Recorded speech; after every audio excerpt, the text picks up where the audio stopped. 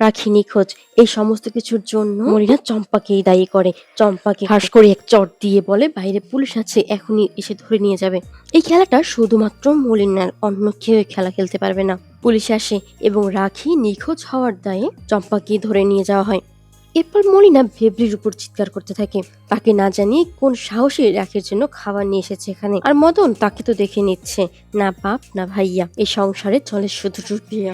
রিখিয়া সবকিছুর জন্য মলিনাকে সন্দেহ করে, কিন্তু মলিনা জানায় সে হবে কিছুই জানে না। ভেবরিও একইভাবে সন্দেহ করায় মলিনা ভেবরির গালে ঠাস করে এক চড় লাগায়। রিখিয়া তখন বস্তির ছেলে মেয়েগুলোকে নিয়ে ধয়মন্তীর বাড়িতে চলে যায় রাখি কোথায় আছে খোঁজ নেওয়ার জন্য। এর পরের সিনে দেখা যায় বন্ধন পৌঁছে গেছে নারায়ণপুর, সেই জমিদার বাড়িতে এসে চলে যায়।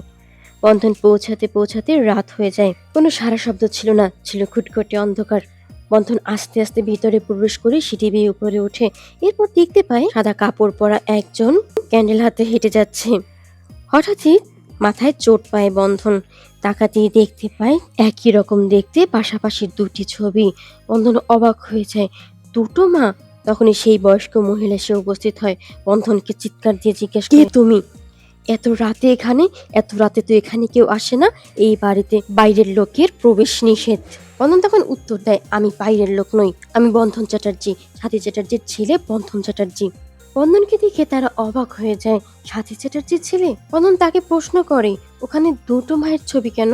সেই বয়স্ক মহিলা তখন উত্তর দেয়, ওরা যে যমজ বোন ছিল, সাথী আর উত্তরা। বন্ধন তখন জানায় তার একজনের সাথে দেখা হয়েছে, কি মারা গেছে আর কি ওখানে আছে বন্ধন তা জানে না, সাথী চ্যাটার্জি নাকি উত্তরা সিনহা। এদিকে রাখি নারায়ণপুর যাওয়ার জন্য এদিকে ওদিকে লোকজনকে জিজ্ঞেস করতে থাকে, নারায়ণপুর কিভাবে যাওয়া যায়? তার দাদা গেছে যে ওখানে, দাদাকে ছাড়া যে কখনো থাকেনি সে। সারাদিন নাওয়া খাওয়া কিছুই হয়নি তার। একজন লোক রাখিকে খাবার কিনে দেয়, আদর করে এক জায়গায় বসিয়ে দেয়। রাখি যেখানে এসেছে বাড়ির লোক জানে তো। লোকটির পরে চলে যায়। রাখি রাত হয়ে যাওয়ায় ঘুমিয়ে পড়ে। এদিকে দেখা যায় বন্ধনও ঘুমিয়ে পড়েছে। হঠাৎই সাথী বা উত্তরা কোনো একজন ক্যান্ডেলের হাতে বন্ধনের রুমে চলে আসে, বন্ধনের মাথায় হাত রাখে। এটা কি বন্ধনের স্বপ্ন ছিল নাকি সত্যি? বন্ধন কিছুই বুঝে উঠতে পারে না। বন্ধন দেখতে পায় হঠাৎই তার সামনে কেউ নেই, ভীষণ ভয় পেয়ে যায় বন্ধন। ওদিকে রাখিও মা বলে চিৎকার করে ওঠে। সকাল হয়ে যায়, বন্ধন তার মায়ের ব্যাপারে জিজ্ঞেস করে। তখন সে বলতে শুরু করে, সাথী আর উত্তরা দুই যমজ বোন ছিল। সাথী ছিল শান্ত আর উত্তরা ভীষণ চঞ্চল, একজন আরেকজনের প্রাণ ছিল। উত্তরা সারাদিন দস্যিপনা করে বেড়াতো। হঠাৎ একদিন সাথীর জন্য সম্বন্ধ আসে। বিয়ের দিন রাতে সাথী পালিয়ে যায় এখান থেকে কুমারেশ চ্যাটার্জির সাথে। সাথী আর এদিকে আসে না, সাথীর কেউ খোঁজ খবর রাখে না, সবাই যে ভীষণ জেদি ছিল। এরপর এক সময় সঞ্জয় ও তার বউ উত্তরাকে নিয়ে বিদেশে চলে যায়।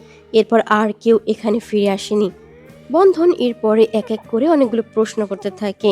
সেই দিদা এক এক করে সব প্রশ্নের উত্তর দেয় বন্ধনকে, কিন্তু কে বেঁচে আছে, সাথী না উত্তরা, তা কেউই জানে না। কি বা হয়েছিল, কেনই বা হয়েছিল, সেই খবরও আর কেউ জানতে পারেনি। এরপর বন্ধনকে একটু কিছু খাবার মুখে তুলতে বলা হলে এবার একটু খেয়ে নেয়। খোকনকে ফোন করে রাখির খবর জানতে চায়। খোকন জানায় রাখিকে খুঁজে পাওয়া যাচ্ছে না। বন্ধন আর এক মুহূর্ত দেরি না করে বেরিয়ে পড়ে, শরীরের সমস্ত শক্তি দিয়ে দৌড়াতে থাকে এবং এক পর্যায়ে যখন পৌঁছে যায়, হঠাৎই রাস্তায় সাথী চ্যাটার্জির সাথে দেখা হয়ে যায়। নিজেই গাড়ির দরজা খুলে তার মাকে দেখতে থাকে। সত্যি কি তার মা নাকি মাসিমণি? বন্ধন প্রশ্ন করে, কে তুমি? তুমি কি মা নাকি মাসিমণি? সাথী চ্যাটার্জি নাকি উত্তরা সিনহা? নারায়ণপুর জমিদার বাড়ি, দুটো ছবি, একটি সাথী চ্যাটার্জির এবং অপরটি উত্তরা সিনহার। কি তুমি সত্যি করে বলো। দময়ন্তী বেরিয়ে বন্ধনকে সরিয়ে দিয়ে সাথীকে নিয়ে চলে যায়। বন্ধন কাঁদতে কাঁদতে মা মা বলে ডাকতে থাকে। এদিকে দেখা যায় সারা রাত রাখি বাইরে কাটানোর পরে তার মায়ের বাড়ির সামনে এসে দাঁড়ায়। মাকে দেখে মা মা বলে ডাকতে থাকে, জানো মা, দাদা নারায়ণপুর গেছে তোমাকে খুঁজতে।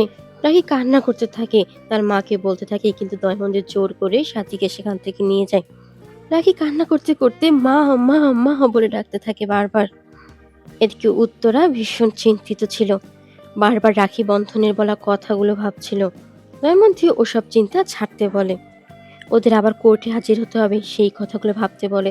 হঠাৎই উত্তরা বলে ওঠে, যদি এমন হয় বৌদি, আমি সাথী, সত্যিকারের সাথী, আমি সত্যিকারের সাথী চ্যাটার্জি, তখন অবাক হয়ে যায় দমন চুত্তুরার কথা শুনে। ভিডিওগুলো পেতে চ্যানেলটি সাবস্ক্রাইব করে রাখুন, লাইক কমেন্ট করতে ভুলবেন না। সকলকে অসংখ্য ধন্যবাদ।